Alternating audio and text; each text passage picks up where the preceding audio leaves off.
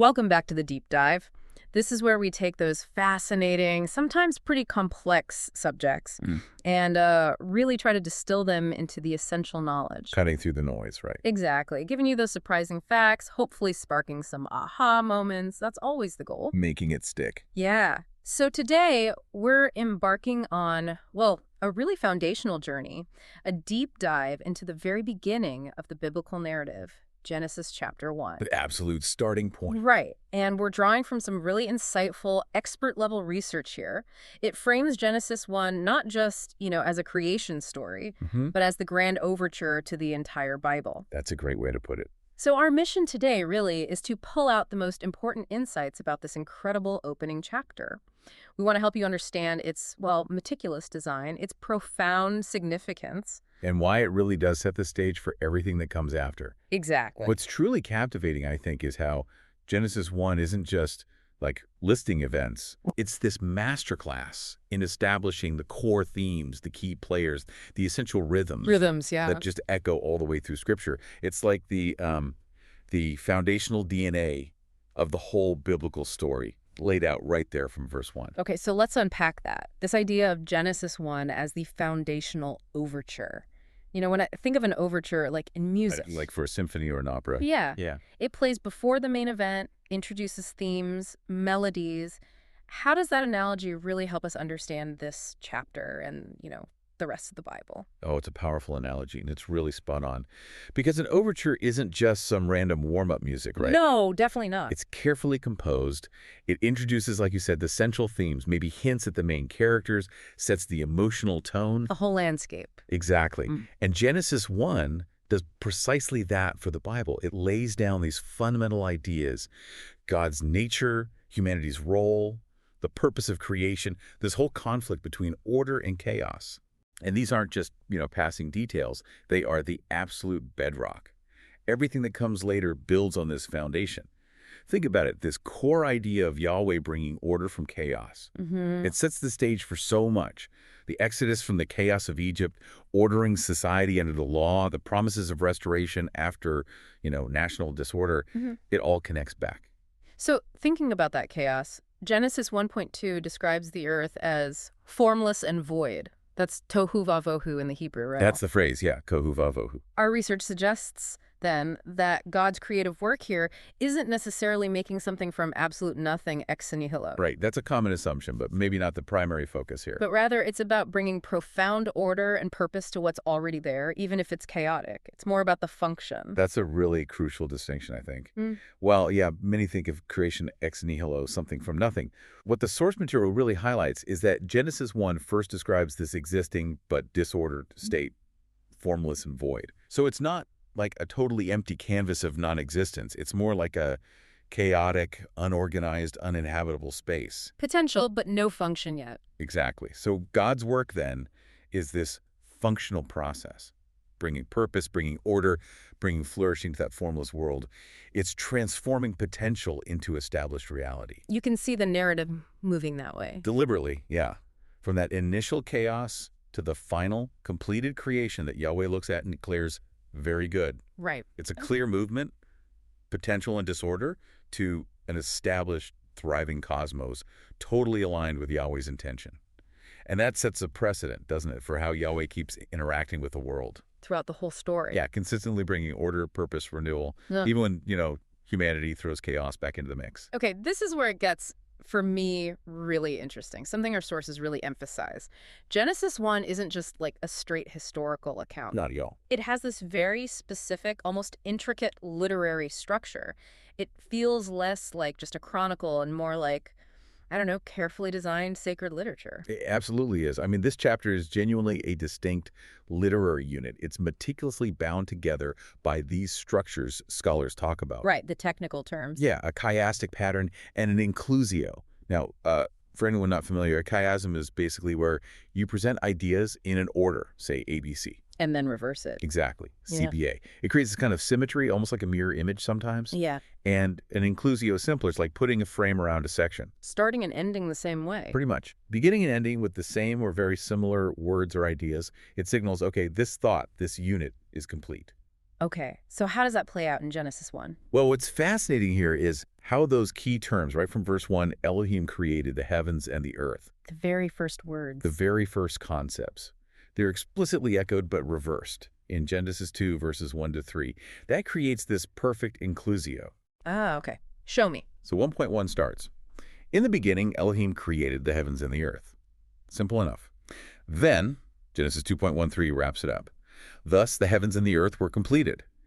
Elohim rested from all the work of creating that he had done. Ah, I see the reversal. Created. Heavens and earth. Then heavens and earth. Completed. Creating. Exactly. It's neat, isn't it? And this isn't just like a neat literary trick for academics. It's a powerful signal from the text itself. What's it signaling? It's telling us this isn't some casual story. It's incredibly sophisticated. It's intentionally crafted, almost like sacred poetry.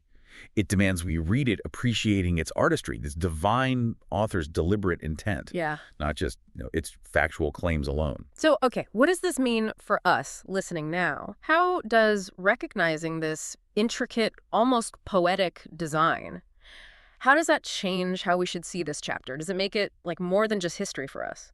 I think it profoundly shifts our understanding, yeah. Okay. This careful design suggests Genesis 1 isn't just, one creation story among potentially others. Right. It positions itself as the complete and authoritative prologue. It sets the stage deliberately for the rest of the Torah, and really the whole Bible. So the structure itself carries meaning. Absolutely. It signals that the text isn't just conveying what happened, but it's doing it in this highly intentional, carefully crafted way to communicate deep theological truths. It underlines its own importance, its foundational nature. It invites us to read it not just as, say, a simple historical record. But as something more profound. Yes, as a deeply meaningful, divinely structured declaration. A declaration of Yahweh's sovereign, creative power and his overarching purpose for everything. It highlights that every single word feels placed with intent. It's the literary cornerstone. Okay, wow. And then beyond that literary structure, the actual creative process, that seems incredibly organized too. Oh, definitely. Our research really stresses it wasn't just a random series of acts. It was meticulously planned and structured. You can almost see a rhythm, a clear progression. It's quite remarkable when you look closely. Absolutely. Yeah. Those 6 days of creation aren't haphazard at all. They are organized beautifully, really, into 2 parallel sets of 3 days. Parallel sets, okay. Yeah. And this demonstrates Yahweh's intentional design with, stunning clarity. It's not just about the sequence of time. It's about purpose and order. So how does that work? The first 3 days? The first 3 days focus on forming the realms, the basic structures of creation. Think about it. Day 1, Yahweh creates light, separates it from darkness. That establishes the realm of time, illumination. Okay, the domain of light and dark. Right. Day 2, the sky is formed, separating waters above from waters below. Creates the atmospheric realm, the heavens. Another domain. Exactly. Day 3, you get dry land and vegetation. Again, establishing a distinct earthly realm. It's almost like Yahweh is meticulously building this perfect but still empty stage. Forming the spaces. Forming the spaces, precisely. And then the next 3 days must be about filling those realms, right? Filling the spaces that were just formed. You got it. It's a beautiful symmetry. Forming the environment, then filling what was formed. Bringing life, bringing purpose into those spaces. Okay, walk me through that filling part. So days 4 through 6 are dedicated to filling those realms established on days 1 to 3. On day 4, you get the sun, moon, stars. Ah, filling the realm of light and darkness from day 1. Exactly. They govern the day and night. They fill that realm of illumination and time. The text even says they're to serve as signs, mark sacred times, days, years. They have a function within that realm. Okay. Day 5. Day 5, birds and fish. They're created to inhabit the sky and the waters. The realms from day 2. Precisely. Filling the atmospheric and aquatic realms, they multiply, bring life to those spaces. And day 6 brings it home. Day 6, yeah. Land animals and, crucially, humans, they populate the dry land and utilize the vegetation from day 3. Filling the day 3 realm. And humans, uniquely, are made in Elohim's image, given dominion over this now-filled creation. So this whole intentional design, this beautiful parallel structure, it just screams purpose. Yeah, it really does. It showcases Yahweh's purposeful creation.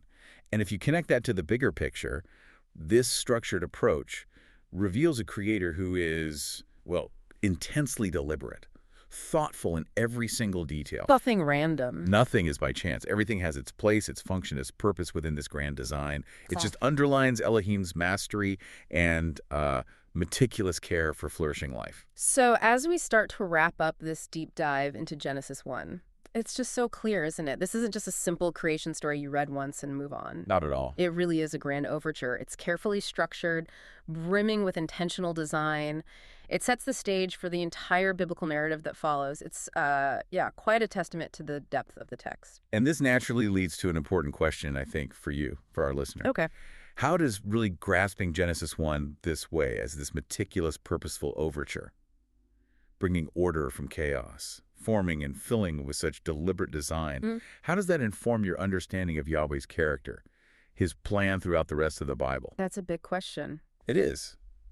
And maybe even beyond that, how might this foundational pattern, resonate in your own life today? As you observe the world, maybe think about your own place within it. Absolutely. That's something to really sit with. So we definitely invite you to revisit Genesis 1 with these insights, maybe fresh in your mind. Look for those literary echoes we talked about, that profound structure. See how those themes of order, purpose, flourishing, Yeah, how they start right here and just keep resonating. exactly. Well, thank you for joining us on the deep dive today. Always a pleasure. We look forward to exploring more with you next time.